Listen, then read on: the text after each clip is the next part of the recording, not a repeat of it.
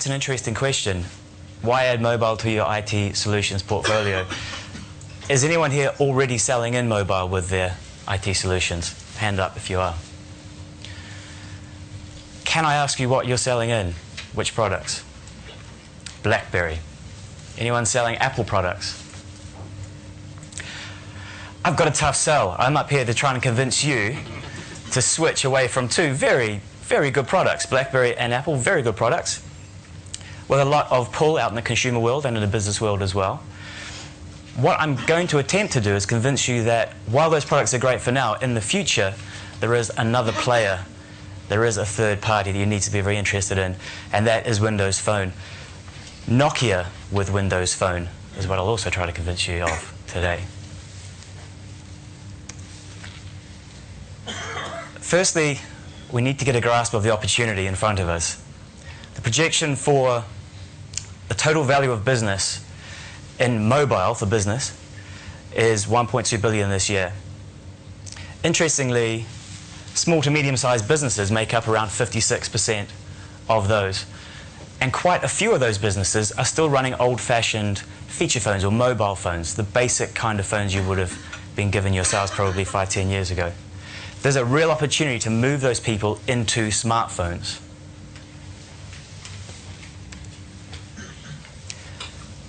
Microsoft have, over the years, with your help, built up this huge capacity to implement productivity and collaboration services. This is a worldwide figure, but 1 billion Office licenses out there, 150 million Exchange servers out there. You yourselves have made up a big chunk of those sales in the UK. And that's something we need to leverage going forward. What Nokia has decided to do with their business strategy is to partner with Microsoft. Nokia will do the hardware, Microsoft do the software. We'll add a few little sexy software bits ourselves, which I'll show you in a sec. The third strand, or to me the most important pillar of this partnership, is going to be you. And that is people with intelligence, expertise, who can go out and convince the punter to take on board this new technology. So what we want to do today is try and explain a little bit about Windows Phone. We'll be upstairs as well. There's a small area where Andy, Mike, and another Andy, they're just in the back there waving, will be stationed. They'll have all of the devices I'll show you today. You can look at them, play with them, get a feel for them yourselves, and we'll attempt to answer any tricky questions you throw our way as well. So feel free to come up. It's just one floor up on the right-hand side there at the end of this if there's something you need to ask. So some trends which I'll refer to during the course of this presentation, which you're probably familiar with. James mentioned one of them earlier, the consumerization of mobile devices. Productivity and collaboration is another big trend. Moving away from just email. Email is probably the most productive tool you can have on a mobile, realistically, but there is a move towards other methods of productivity and collaboration. The Windows platform really lets you make the most of that opportunity.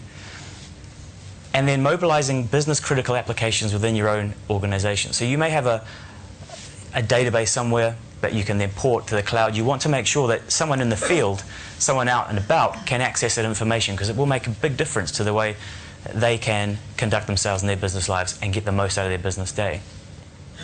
It's a third-party application scenario. And consumerization, that's really where Nokia fits in. So I'll talk more about that later. I noted before that there are some of you using Windows Phone, some of you are not. Would it be beneficial to quickly flash up on screen working Windows Phone, show you how I'm kind of using it in a business situation? Would that be something you want to see very quickly?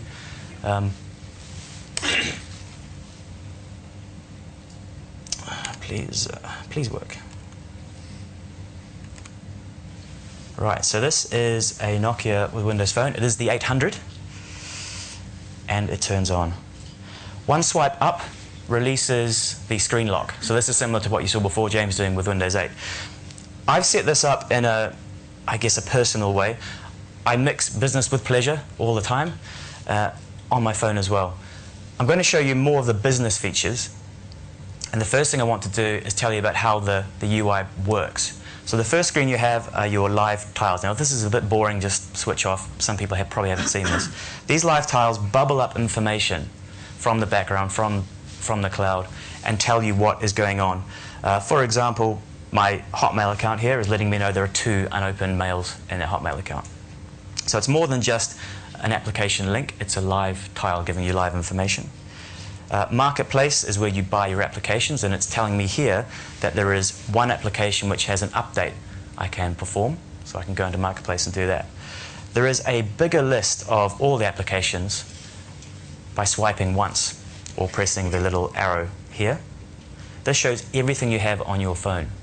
If there is something you're using all the time, let's try CNN, for example, I can hold down that button and pin it to the start. Then it becomes a live tile.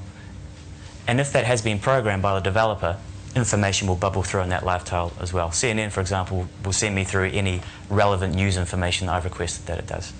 I can move that tile around as well. I'm getting strange feedback here. I can just drop it where I want to drop it. So very easy to use, very easy to navigate. And when you set up your device, it's very intuitive. Email. One of the best features I've found with the email, or Outlook email in particular.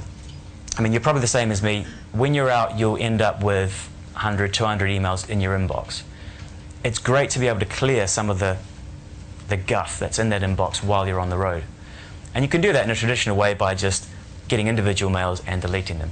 There's a feature here called which groups your emails, a conversation view. Let's have a look at something from Adi Anibaba. Here I've got several emails in a conversation stream coming from different times, and they're all placed in this one list. Now, this was not a particularly fruitful conversation. All it's done really is put 16 messages in my inbox, which I don't want. One tap on the side there highlights everything in that conversation, and I can delete straight away. So I've just cleared 18 emails in the space of a second. I'm using that all the time. I think it's a wonderful productivity tool. Your emails can be grouped as well. So if I go into my Hotmail, I've got more than one inbox, so I can choose to group whatever combination of inboxes I require. For me, I tend to put my work ones together, so I've got an Outlook on Office 365 and my work Outlook back at the office, so I would group those together. For Hotmail, I'm going to group Google Mail. I'm going to rename that Got Mail. So that now is a combined inbox combining Hotmail and Gmail. It's really easy to set up. And you'll notice that the way that this is represented on screen is the same as in Outlook. So everything you can do on Outlook, that conversation view, deleting lots of emails, it's all very, very similar using that Metro UI. So email linked, very easy to use. That's productivity as we know it and understand it. We think it's a cut above what you experience on, say, a BlackBerry. The next big thing really is Office. So having Office Suite built into the phone, pre-licensed, you can take a PowerPoint off an email, display it on your phone. Things aren't crazy and screwed around like you might get on a third-party application that tries to re-represent PowerPoint. It's all inline. Images work and transitions work. I'll show you that now. This is where the productivity piece gets more interesting. If I go to this Office tile here, I have my documents that I've recently used. One more swipe shows me sources. So SkyDrive, everyone gets around 25 gig of SkyDrive whenever they buy one of these phones. If you've hooked up a SharePoint, then the SharePoint access is through here as well. So I have my SharePoint here, my team site, and I've stored some information on the phone too. I'll bring up an example of a PowerPoint. This PowerPoint comes up, it looks exactly like it does on my PC because Microsoft have created this program, they've made it that much better. One tap and animations actually work on this as well. So any animation you have in your PowerPoint presentation will display as you see it on the screen. The implementation of Excel is pretty amazing as well. If you've tried Excel before on a small screen, you know it's almost impossible to navigate around. It's very difficult. With this though, pinch and pull to zoom and zoom out, and you can do things like insert charts, and you can freeze panes as well. So let me find that.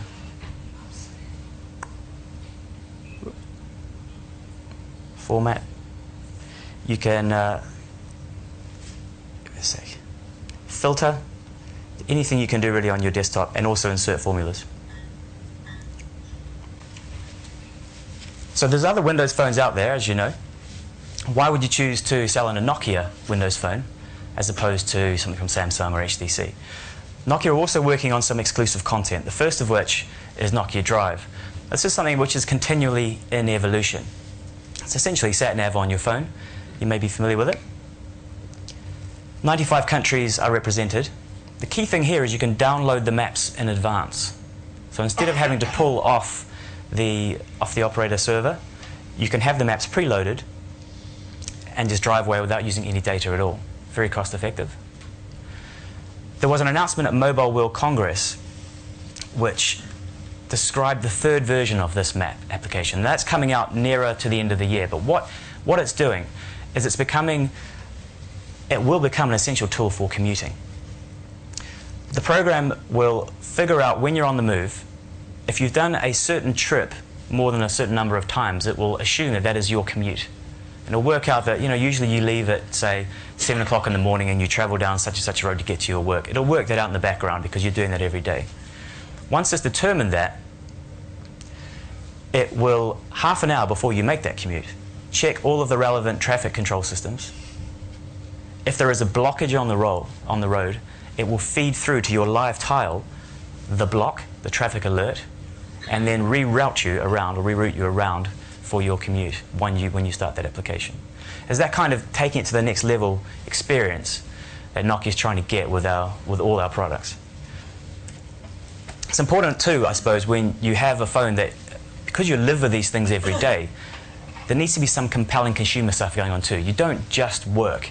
There are times when you have a bit of off time, maybe you're stuck in traffic, maybe you're on the underground, and in this particular case, Nokia Mixed Radio is quite remarkable. You're able to download 14 hours of music for free, different genres, and you can then play that back when you're underground, when you're in your car, wherever. You don't need a signal to be able to stream that music. It's essentially loaded on your phone for a month. At the end of that month, it refreshes.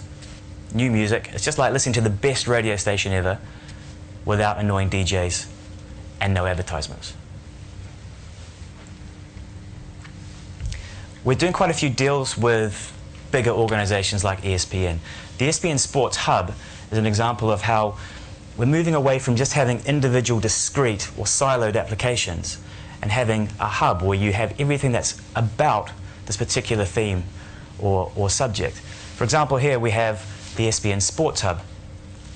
In the top frame you see the different sports, in this case everything, down to the next level. They've chosen baseball. I choose football myself, but you can see everything to do with baseball there. One swipe, these are individual screens, takes you through from text content to video content to applications, other applications associated with ESPN. Fantasy football, for example. You'll eventually be able to pin your favorite team to your home page, or to your front page there, and information as it happens will bubble up. So scores, players leaving or coming in, managers being fired or quitting, all that stuff will just be instantaneously available to you. Again, more of a consumer feature, but I think we all use our phones for more than just business. Business applications, though, are really important. So as James described, the tools that are used to create applications are common across most of the Microsoft estate. And there are literally millions of people developing on there. I've had a look at it myself. Visual Studio is very easy to use. And a lot of companies now are creating applications to complement their Windows portfolios. So I've heard that Good has recently put something out in the last few days and there's an SAP client as well. It's been announced at Mobile World Congress. So it's all happening. We still don't have 500,000 apps they do on Android, but we like to think that the apps we are creating are just that much better, using the Metro interface, using the ability to swipe between things rather than having to go in and out and silo yourself. So things are interesting. Now to the phones. Again, the phones will all be upstairs, so please go and have a tinker. Until you really hold and touch and feel these devices and play around with that gorgeous Metro UI, you don't really get them, I think. We've got a range. They're called the Nokia Lumia range. And the beauty of having a range is you can have something aspirational at the top of that range, and you can have something more functional down the bottom. So the aspirational phone is something you might sell into the hard-nosed boss who wants to go out and impress other hard-nosed bosses with their hardware. I think the perfect device for that would be the Lumia 900. And I do have one of those. I'll be showing it upstairs later on. That was recently announced that it will be coming to the UK. Going down the road, range, this is all price point related. We've just announced the 610. This will be the most affordable Windows phone ever, and it will be coming out hopefully before the end of the half. That is more for your stuck in the corner worker, continually berated and belittled by his boss. Important though that the functionality, the productivity you can experience on the 610 is the same as on the 900. So all these great applications I've shown you will work on the 610 as well. I'm talking Office, email, all that stuff they can do. They're just as productive as their boss. Don't look quite as cool. So this brings me to the consumerization piece, and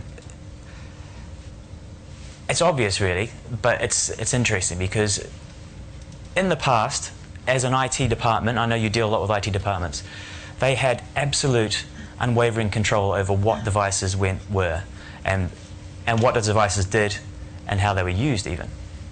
In the past, it was mostly Nokias. An IT department would say, welcome to the company, here's your phone. It seems to be changing. Now they're saying, welcome to the company, here's a list of phones that you can choose from. And we'll do our best to support these different phones. And invariably, the people who come into the business are choosing the more consumer-friendly phones, things like iPhones. That seems to be their preference. So Nokia have decided that we need to get onto this and make sure that we create phones that not only do the business basics and go beyond that, and we're relying on Microsoft to keep us honest there, but also create things that are appealing to consumers, something that's very consumer-based. Because a consumer, you start with a company, you want to fit in, but ultimately you are an individual and you want to express yourself. And I think this is where this is all being driven from. You want to be different than everyone else and show that you have taste and your own individual identity. In this case, you're not just another zebra at the watering hole. We're doing that through award-winning design. So the 900, which I'll have upstairs, won the best phone in show in the CES, and it's using a technology, polycarbonate construction, drilled out holes, and the entire phone is placed into this cavity. When you look at it, it's almost seamless. So you hold the phone up and it feels smooth. The glass on top is also curved on the 800, so it feels like one coherent, solid piece, a quality piece of engineering, something a consumer, when they feel it, they really do comment. And you see people in shops picking them up saying, wow, that feels really nice. We have another technology called Clear Black, which sounds gimmicky. What it is a method of making everything on your screen more vivid.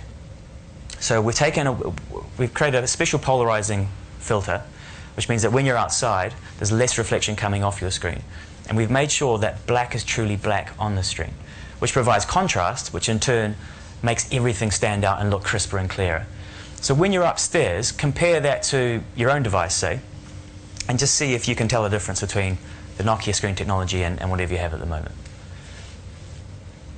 That's a great selling point, though, when you're trying to use these things on the go, like your email. If you can't see it, you might as well not even have a phone. So the phones that we currently have in range, I'll do these in order of release. So the 800, no, you've probably seen these before. Has anyone not seen this phone? Put your hand up if you haven't seen it. Okay, I'll give you a brief talk about it. So it's using that polycarbonate design. Gorilla Glass on the screen, so super tough, very scratch resistant. I keep my phone in the same pocket as my keys, purely by accident most of the time. But I've been doing that for the last 6 months, not a scratch on it, which is pretty amazing. The specs of this device have been created for Windows Phone. So we got prescribed what we needed to build in order to make Windows Phone run smoothly and quickly, and that's what we have here. So 1.4 gigahertz processor, 512 meg of RAM. That's kind of meaningless until you actually pick it up and start using the phone. Because if you go onto the internet, say, I will almost guarantee you that the internet experience will be quicker than anything you've seen ever before. Internet Explorer 9 is almost the full version of Internet Explorer on the phone. The next device that we released was the 710, still is. So that is coming down the pricing order a little. Still has exactly the same functionality as the 800.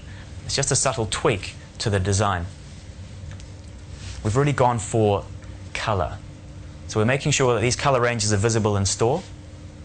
And an interesting thing about color, someone will go into a shop because they've been drawn in, they've seen a blue phone or a pink phone, and they'll probably buy a black phone. Now in the business world, they're always going to buy a black phone, I'm sure. But it's just interesting how color can create desire and consumer pull. And we're experimenting a lot with that. The colors we use, cyan, magenta, yellow, and black. CMYK, traditional print media, so they'll never ever go out of fashion. So goes the theory. The 900, as I told you earlier, the new phone that is going to come to the UK, front-facing camera on this, big screen, 4.3-inch screen, again with that incredible clear black technology, and I'll show you that upstairs. It's quite vivid, AMOLED screen. I think the killer thing with this device will be the speed. So it will be capable of 42 megabits per second on the download, assuming, of course, you're with a carrier who has that capability. So 3, for example, have dual carrier capabilities.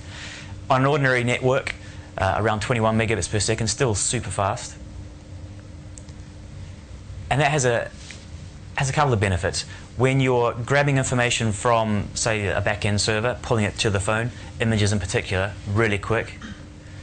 When you're streaming content, let's say you have a meeting, some kind of business meeting, and you're streaming out that content to someone in the field, they can get that content much quicker and it'll be more clear. The bit rate reflects better pixels or more pixels on the screen, makes it clearer, easier to see. The 610 has caused quite a lot of excitement at Mobile World Congress, not because it is super cool or funky and has an amazing processor, quad-core processor or anything like that. It's because it is fully functional and yet really affordable. The most affordable Windows Phone that you can get right now. This is going to be one of the key phones for us to sell into business, particularly if you're mobilizing ordinary workers.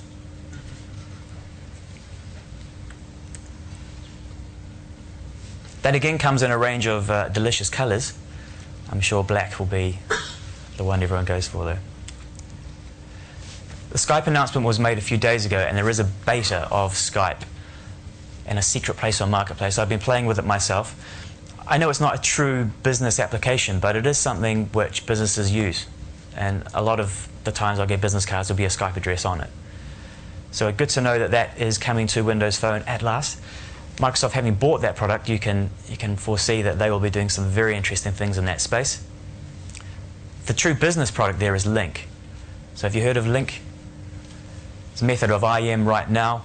The Windows Phone client will very soon be able to do video calling. Actually, right now you can push through presentations, so PowerPoint presentations, live meetings. You can do that right now on Link. I wonder if, and maybe we can ask James later, Skype and Link may somehow coexist in the future. It might be an interesting proposition. The address book on Skype, the functionality of Link, I don't know. I'm making stuff up now. Sorry, Jim. Another way that we're creating this consumer pull is through creating accessories. If you're using your phone as a sat-nav, then obviously you need something to attach it to your car. I'm sure there's opportunities with accessories when you go out. You're probably more interested in the big implementations, big infrastructure stuff. But there's a lot of margin, and I know margin pricks everyone's ears up. So I think we do have a few accessories upstairs as well, Andy, maybe. but this is what they look like. We've really tried to tie in the design with the phones, so everything is coherent and makes sense. Oh, this, by the way, down here is this speaker over here. An amazing speaker, puts out so much sound you wouldn't believe, actually uses the walls and the ceiling to bounce sound around you with virtual 3D sound. It's got one more thing to talk about, so that's the smartphone section. There's a lot of businesses out there, particularly cost-constrained businesses, who have had basic mobile phones and they want to continue just with a basic mobile phone experience. So they're not really ready for the full push into productivity, collaboration through SharePoint. We announced at Mobile World Congress the Nokia 302. So this is a basic mobile phone which does some extraordinary things. It's so extraordinary we're actually calling it Smartphone Lite. And GfK, the guys that come up with all of the figures that everyone looks at every week, sales figures, have created a new category called Smartphone Lite, which the 302 fits into. And the big news here is that it will support Microsoft Exchange. It's the first Series 40 or mobile phone from Nokia that will do so. And in fact, that will be rolled out across all of the Azure range. This is a list of what can be done. Quite prescriptive and small writing, you don't need to read that. All I'm suggesting is it's a good implementation of Exchange. You'll be able to do most of the things you can do on a smartphone.